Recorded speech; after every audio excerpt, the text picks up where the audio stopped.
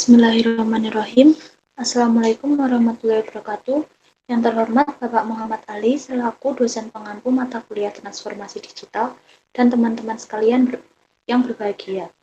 Pada kesempatan kali ini, saya Aida Galuh Febrianingrum dengan NIM 20105241034 akan mempresentasikan hasil artikel saya yang berjudul Maraknya Bimbingan Belajar Online Akankah Menyingkirkan Posisi Bimbingan Belajar Konvensional.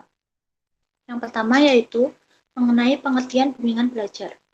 Tim Psikologi Pendidikan Mulyadi pada tahun 2007 mengatakan bahwa bimbingan belajar merupakan proses pemberian bantuan kepada peserta didik yang berkaitan dengan kesulitan dalam proses belajar. Menurut Umar Hamalik pada tahun 2004, bimbingan belajar adalah bimbingan yang ditujukan untuk peserta didik dalam rangka mendapat pendidikan yang sesuai dengan minat, bakatnya, dan kemampuannya, serta membantu peserta didik dalam menentukan cara efisien dan efektif dalam mengatasi masalah belajar yang dihadapinya. Dari pendapat kedua ahli tersebut dapat disimpulkan bahwa bimbingan belajar merupakan salah satu lembaga pendidikan non-formal yang mengusahakan suatu proses pemberian bantuan kepada peserta didik dalam mengatasi dan menyelesaikan masalah belajar dengan efektif dan efisien. Bimbingan belajar memiliki dua jenis, yaitu yang pertama bimbingan belajar online dan yang kedua bimbingan belajar konvensional.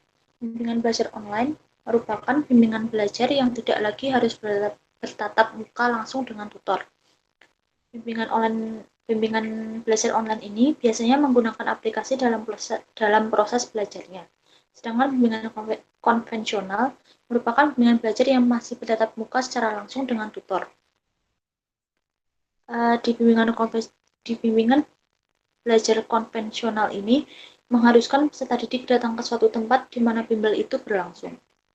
Yang selanjutnya yaitu kelebihan dan kekurangan bimbingan belajar online. Yang pertama yaitu kelebihannya yaitu proses belajar menggunakan aplikasi dinilai lebih praktis. Yang kedua, peserta didik menentukan jam dan tempat belajarnya sendiri jadi lebih fleksibel dan dapat menyesuaikan aktivitas lain dari peserta didik. Yang ketiga yaitu materi dalam aplikasi bisa diakses berkali-kali. Lalu biaya bimbingan belajar online ini juga relatif murah. Sedangkan kekurangan dari bimbingan belajar online ini yaitu yang pertama, tidak bertemu tutor secara langsung. Yang kedua, tidak bisa berdiskusi dan menanyakan pertanyaan langsung pada tutor. Ketiga, akses internet untuk mengakses aplikasi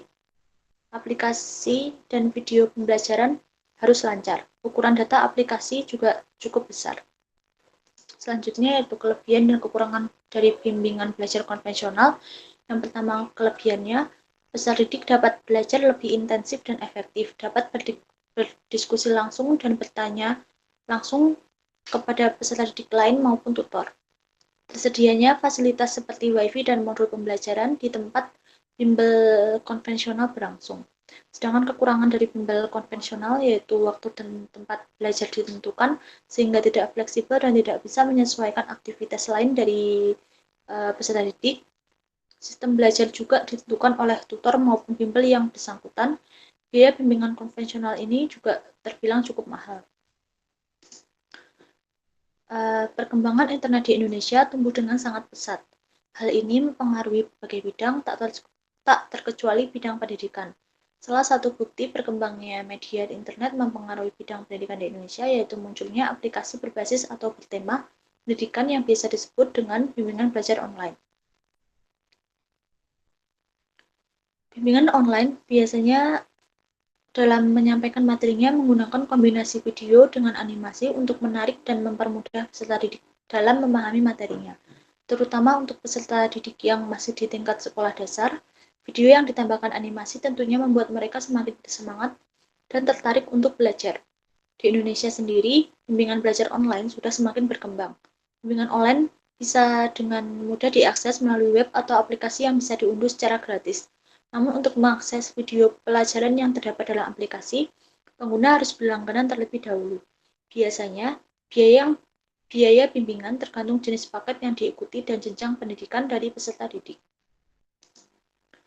Dibandingkan dengan bimbingan konvensional yang telah lebih dulu ada, biaya bimbingan belajar online dinilai lebih ramah di kantong. Biaya bimbingan konvensional sekarang ini bahkan ada yang mencapai hingga 10 juta. Sama seperti bimbingan belajar online, tentunya biaya yang harus dibayarkan juga tergantung jenis paket yang diikuti. Ternyata walaupun bimbingan konvensional memiliki biaya yang cukup mahal, peminatnya justru tidak menurun.